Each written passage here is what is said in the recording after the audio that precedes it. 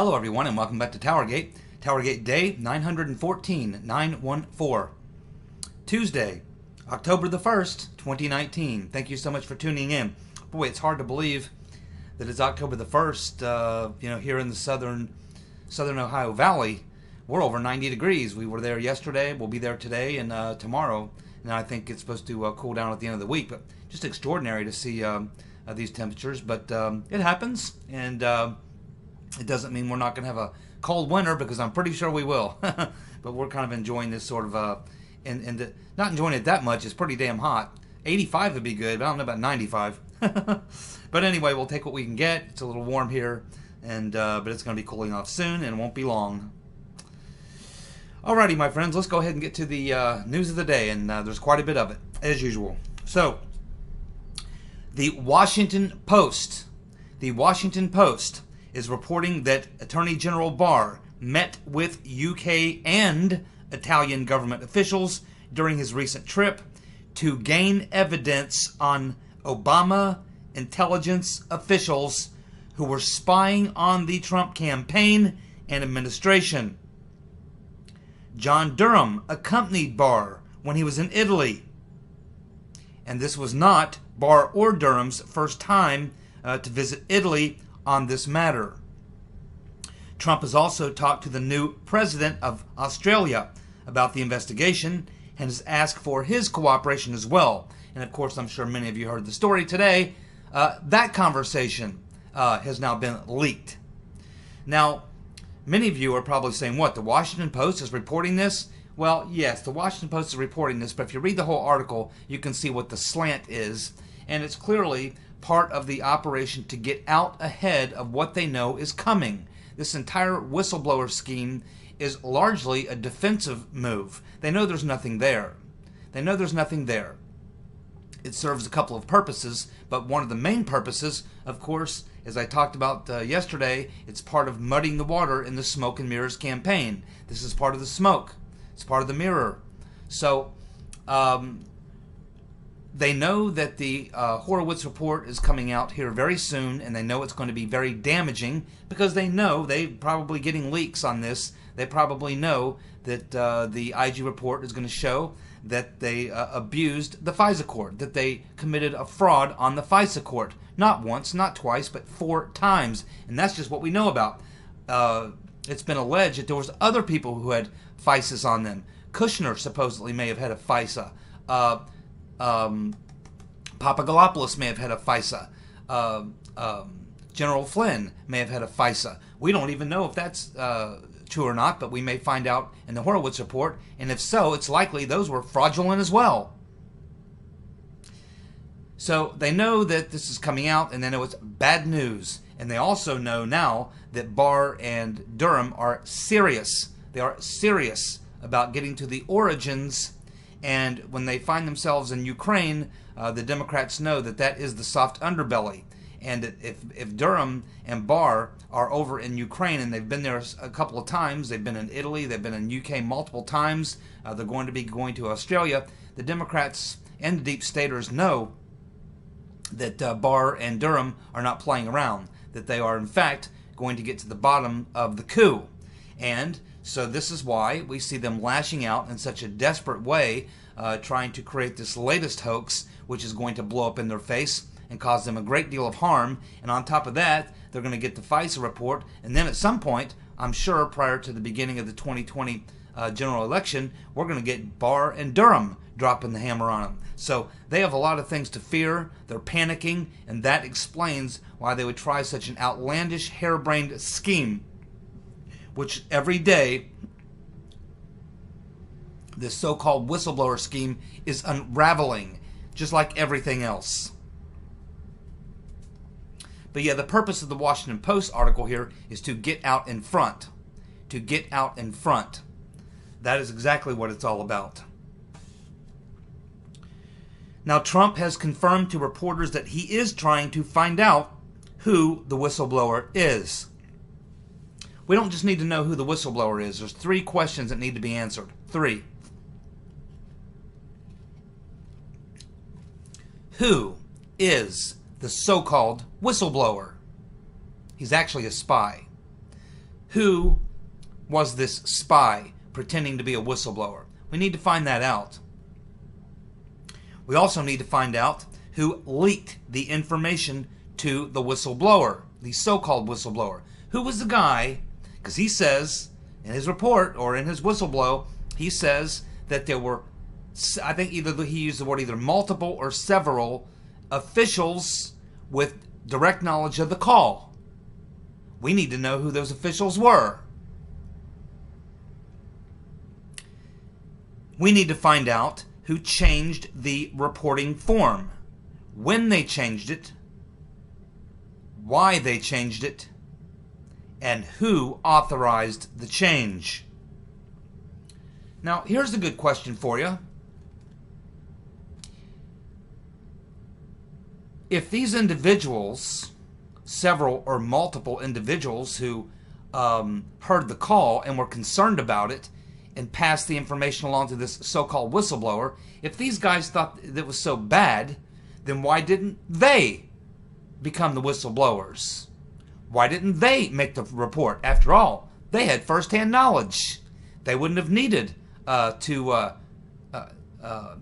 jerry-rig the form so it would allow for second-hand hearsay. They were first-hand. That's what the whistleblower is telling us, that the individuals, several or multiple, he uses one of those words, officials with direct knowledge of the call. Well, if the guys who had direct knowledge of the call, several or multiple officials, thought it was so bad, why didn't they file the whistleblower complaint? Would have had a lot more credibility, and it wouldn't have been hearsay.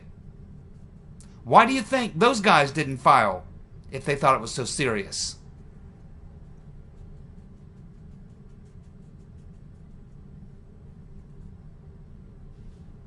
These are the questions that need to be answered, and they need to be answered quickly. Quickly. We cannot let this thing drag on, because that's exactly what this is designed to do. To drag this thing out all through the fall, through the holidays, through Thanksgiving, through Christmas, and then at some point, probably after the first of the year, after 3 months of this. And what are they doing? This is a media strategy. They're looking in the papers every day as they see these polls, and they're waiting to see that 50% or more people support impeachment. They're waiting for the magic number, and they believe that they need maybe 2 or 3 months of day after day after day dropping this kind of crap, and there'll be more coming, so that the media can put it out there and chew on it for 24 hours a day, 7 days a week, until they finally drive the numbers up high enough to where Pelosi feels comfortable with actually having an impeachment vote. It's a media strategy, and it's going to fail. And fail badly, by the way. Peter Schweizer dropped the bomb on Biden today, or I should say yesterday, in the form of documents. Documents. Schweizer dropped documents that show Hunter Biden involved in the sale of a U.S. company to China that makes components that have a military application. And I think he's got a lot more, and Giuliani has quite a bit as well. And I think they're biding their time, and I think that they have a strategy as well, a counter strategy. And I think there's a plan here. I don't think that Giuliani and Trump and the whole group there, I don't think that they're flying blind or just making it up as they go along or just reacting as they see fit. I think that they've got a strategy as well. And you can kind of see the way that this is playing out. But it looks to me like the whole thing is blowing up already and backfiring. You're seeing a lot of people walking it back. So this is the point now where Trump and Giuliani need to put their foot right on the throat of the Democrats and not let them up. They need to hammer them to the mat on this one and not let them up. No mercy. And then we get word today that Biden is going to be suspending his online campaign efforts. Suspending the online campaign efforts. Biden knows he's toast. He knows he's in a lot of trouble with this deal. And so does everyone else. Democrats, the DNC, the DCCC, his donors, everybody knows that that Biden didn't need this to take him out. It's just that the Reverend Clinton wants him out of the way quickly and definitely, with no chance of him coming back, or even any question. She needs a draft Hillary campaign. and Biden is in the way. Well, not anymore. And they're saying that, well, they're suspending his online campaign because, well, Joe's message isn't really targeted so much to the really young audience that you see on social media. His audience is targeted to the more mature crowd. So therefore, his efforts online really aren't that important. It's not important to Joe. That's for the buddy boys and the O'Rourke's and people like that. They're the guys who can work the internet and the online sort of stuff. Biden's much more serious. He's dealing directly with people. He doesn't need the online stuff. He's dealing with a more mature audience, a different message, trying to reach different people. This is kind of how they're playing it. I don't think anybody's buying it. Nobody's buying it. Nobody. Biden knows he's in a world of hurt. The last thing on his mind right now is even getting the nomination, especially when you see the polls coming out today showing almost a three-way tie in a couple of these early primary states. And he ain't in first place. He knows he's in a world of trouble. He's in a world of hurt. And I think on his mind right now, the last thing he's worried about is thinking he might be the nominee for the Democratic Party. I think what's on his mind right now is how is he going to get out of this mess.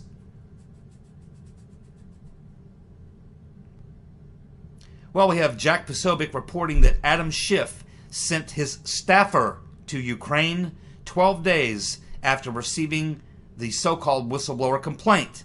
And this staffer met with the Obama-linked former president, Poroshenko. Boy. And do you know who was footing the bill for that? Do you know who was footing the bill for Adam Schiff's staffer to go to Ukraine and talk to Poroshenko? The Atlantic Council. So you got to wonder who requested this meeting, because remember, Poroshenko, he doesn't look good in this either. I think he's looking for some cover. He's no longer the president of the Ukraine, so he no longer has any cards to play with Trump as far as leverage. So he's probably a bit concerned that he is going to be called on the carpet in Ukraine and brought up on charges. Because when this all comes out, and it's going to, Poroshenko is facing criminal liability. So you can bet that these people are very nervous. They're trying to come up with a strategy, but they're caught. They're caught. And the only thing that they could possibly hope for was that they get a deep state attorney general who would cover their ass. And it just looks like it's not going to happen. Because every day, more and more, as we learn more and more, and we see what Barr and Durham are doing from the latest reports, it appears they're pretty damn serious about getting to the bottom of it. And then we have this story the other day saying that, yeah, Barr's basically got the evidence of a deep state conspiracy, and he's getting ready to drop the whole thing. I think we're getting closer now that we see that they're attacking Barr. I think it's pretty obvious that he is one of the good guys. So a lot of us have been wondering about that. It's kind of, maybe not 100%, but I certainly feel much better today than I did a week ago with what we've heard in the last week. What we've seen in the last week leads me to believe that Barr is probably the real deal. Well, as most of you know, when they were talking about Trump releasing the transcripts, and again, there's upside to it and there's downside to it, I believe there's more downside than upside, and that's why, as you know, I came out here in my TowerGate videos and said I don't think that he should release the transcript. Certainly not publicly. Maybe in a closed-door session with the leaders of Congress, but I don't think that should have been publicly released. And I went through the reasons why. And one of the reasons I said is the reason I wouldn't release it is because it would look weak and would look like you capitulated to the bug-eyed fool and his demon friends. And I said, what's going to happen after you release this? He's going to ask for more. They're going to want more releases of more conversations with more world leaders. So what do we get today? The bug-eyed fool, the pencil neck geek, Adam Schifferbrains, now wants Putin's transcripts. He wants the transcripts of Trump's calls with Putin. I cannot believe that they would ever do that. I mean, again, I mean, there maybe been a few benefits to releasing the last name, but there's absolutely zero reason to release any more transcripts between Trump and any more foreign leaders. It's already way worse than it should be. It never should have been released to the public at all. But they did it, and that's over and done with. It's water under the bridge. But I told you that once they did it, that there would now be more requests for more transcripts of Trump's calls with foreign leaders. I told you it was coming, and now here it is. And now they got to battle that. And it's going to be the same battle they would have had with the before. Oh, well, he must have something to hide. What's he got to hide? Why won't Trump give us his conversations with Putin? Why won't Trump give us his conversations with so-and-so, and so-and-so, and so-and-so? The media will get a full week out of that. As I said, you're not going to please these people. Did you think that releasing the transcript was going to change the tune? Of course not. So why do it?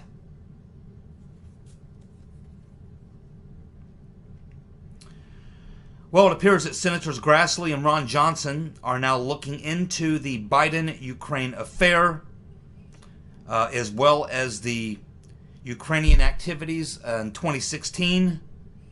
They have made a request to the Department of Justice for documents. They want documents about the Democrats' activities in Ukraine in 2015 and 2016. And they seem to be very interested in documents that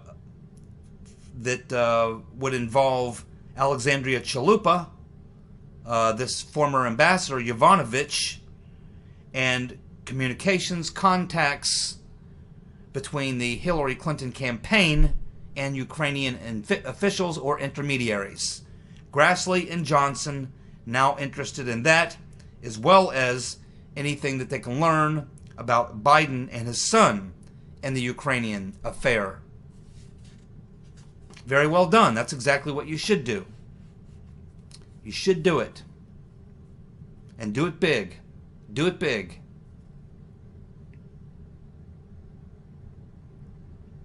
Very good report on One American News regarding this so-called disclosure of urgent concern. That's the form. That's the name of the form that the so-called whistleblower filled out. The form that, according to One American News, was altered back in, looks like July, about a month before the so-called whistleblower complaint. They changed the complaint form, which would allow hearsay information, secondhand information. That smells bad. That really smells bad. And they're asking the question of who would have overseen the change in the disclosure of urgent concerns form. Who would have changed that form? Who would have overseen that?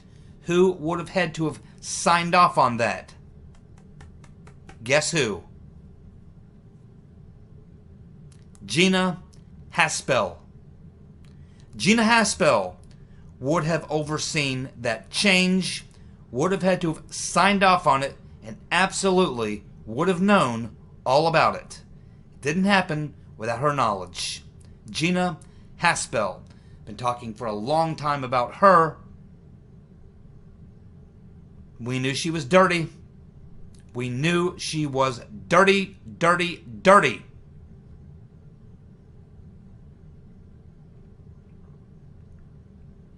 One American News reports that she was, and I reported this as well, that she was handpicked by Brennan, Mr. Potato Head, personally.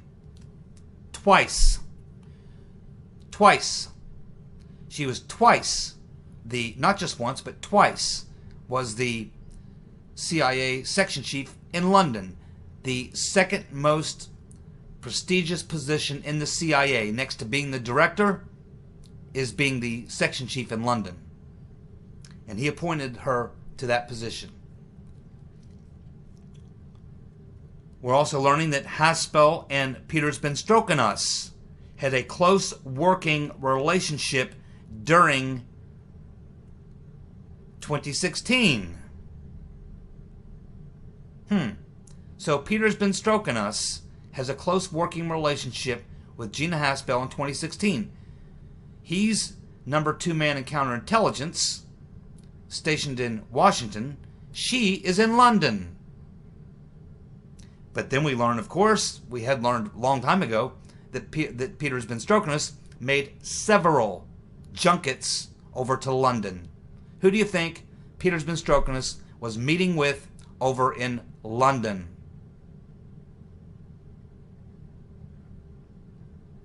We also learn that 2 of Brennan's top 3 lieutenants, 2 of his top 3 lieutenants, his closest aides, are now working for Gina Haspel. One of them was actually pulled out of retirement to come back and join the team. So we get Haspel, who's a protege of Brennan. She appoints 2 of his top 3 lieutenants to be her right-hand men. One of them she even pulls out of retirement. One American News noting that, just like everyone else who looks at this thing, it looks like a CIA plot.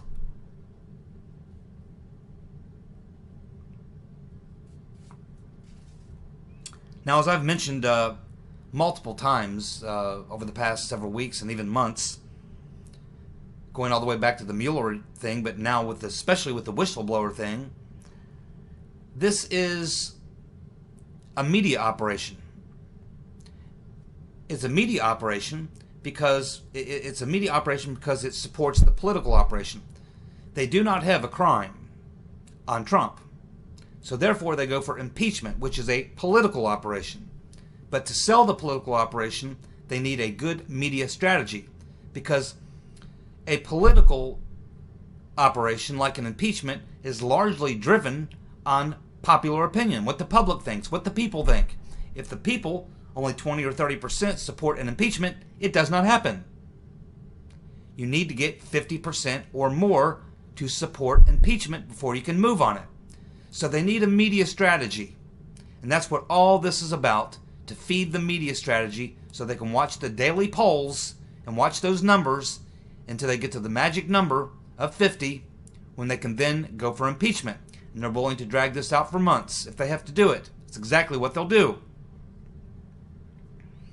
So the war at this point is really the media war versus justice, which is on the other side. Justice involves reality, not fake news. And that reality is supported by, and must be supported by, facts and evidence.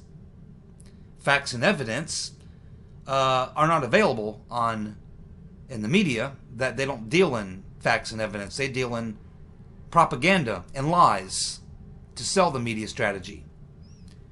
And this is why, ultimately, Trump and Barr and Durham are going to win. Because they can run the media game all they want. They can run the propaganda campaign. They're now running it on Barr. And what does Barr think about it? He's probably chuckling. He's chuckling. Yeah, go ahead and call him to testify. Go ahead and call Giuliani to testify. Go ahead and call him in. Barr knows already that he's got everything he needs to drop the hammer on these people. He's just making sure that he dots all of I's and crosses all his T's. Barr knows that they can throw out all the political and media strategy they want based on propaganda and lies, because he knows that the arena he's going to be dealing in is going to be the courts. And in the courts, none of that stuff matters. Opinion polls don't matter. Katie Tur's opinion doesn't matter. The Morning Schmo, his opinion, along with Crazy Mika, doesn't matter. What matters in the court is facts and evidence. And Barr, I'm sure, believes he's got that on his side. And he's probably loaded for bear, ready to bring those indictments, to bring those charges, because he knows once he gets into court, all that media crap, all the Democratic Party politics, all the media strategy in the world, all the smoke and mirrors campaigns by the CIA and their friends, don't matter. He's going to go into a place he knows very well, the legal system. What's extraordinary about this is that this will be the Department of Justice prosecuting this deep state players. Now, the deep state players have got a big problem. It's because the deep state is not loyal. We've seen this time and time again over the decades and decades and decades. The deep state throws people under the bus. They don't defend people. When you screw up, it's like in the mob. When you screw up, you got to pay the price.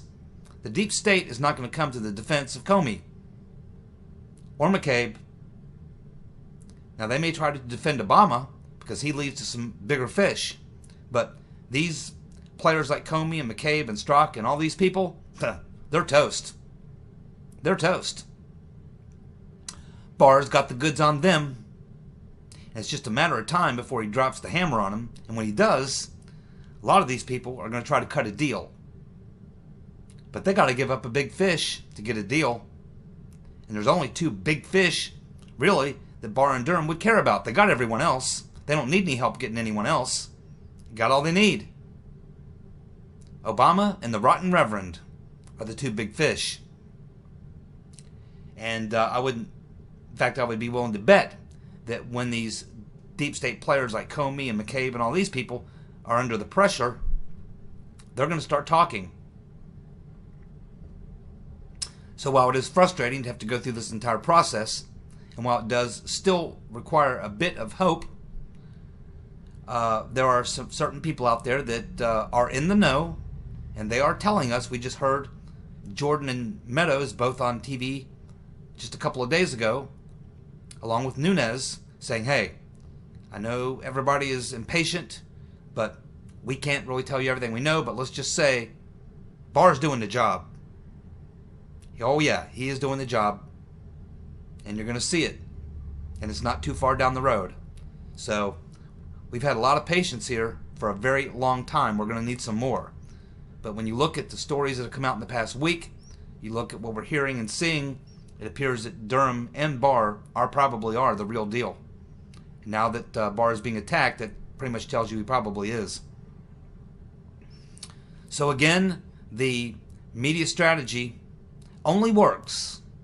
It only works in the public domain. It works in opinion polls. It works here. It works there. But once you get into the courts, the whole thing changes, and the entire narrative that the media see. Once you get into the courts and there are actual charges and actual indictments and things and such, all that media stuff blows up.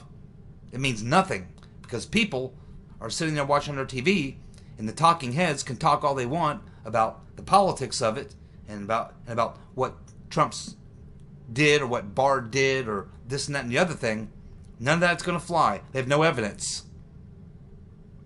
And they're going to be faced with the reality of the fact that there's now actual indictments, charges. There are court hearings. And the real facts are coming to light. All the things that they said and told their audiences for the past 2.5, 3 years that was all conspiracy theories, well, their conspiracy theory blew up in their face, just like the current conspiracy theory is going to blow up in their face. But once you get into the court, the facts and the evidence are going to carry the day. And they're going to blow away and obliterate everything that we've heard for the past 2.5 years. It's going to be a very, very wild ride for the next year, I would say, leading up into the 2020 elections. A lot of things are about to happen here, I do believe, in the relatively near future. The Pfizer report's coming out. We already know from what we've heard it's going to be damaging, and clearly that's gotten to a lot of Democrats, and that would certainly explain why they're acting so frantic and unhinged. And then, of course, Barr and Durham, they're going to be indicting some people, and as I've said many times before, I believe we're talking about dozens of people. Dozens. I think 30, maybe ballpark figure 30, who will face major, serious multiple felony indictments. And then I think that there'll be quite a few misdemeanor charges for other people.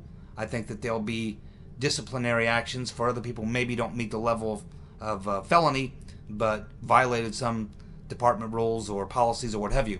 I think that there'll be probably 20 to 30 serious indictments for serious felonies, and then there'll be dozens and dozens and dozens of more misdemeanor type things, and other things will be more like work-related types of penalties for, violations of policy procedure. So I think we're looking at a lot coming up here, and I would say at this point, this last week has really changed my mind. I've been wavering on Barr now for the past couple of weeks because, I'm watching all this happen. I'm not seeing anything. I'm getting very frustrated. But this past week, with the stories that are now being written that are trying to get out ahead of this thing, I think it's now becoming pretty obvious that Barr and Durham are actually doing a real investigation. They are actually getting to the bottom of it, and they are going to hold some people accountable. And I think the real kickoff of this, the thing that's really going to send this thing into orbit is, excuse me, is going to be the Horowitz report. When the Horowitz report's released, probably a couple of weeks away from that, I think that that's going to open the door, the floodgates, and I think after that it's just going to destroy the media narrative, the media ploy, the media operation. It's going to be blown completely to smithereens, and the Democrats are going to be panicking and running for the hills. And a lot of people are going to be sweating badly because they know what's coming. Yes, they do. Thank you so much for tuning in. I'll be back tomorrow with more TowerGate. See you guys. Bye.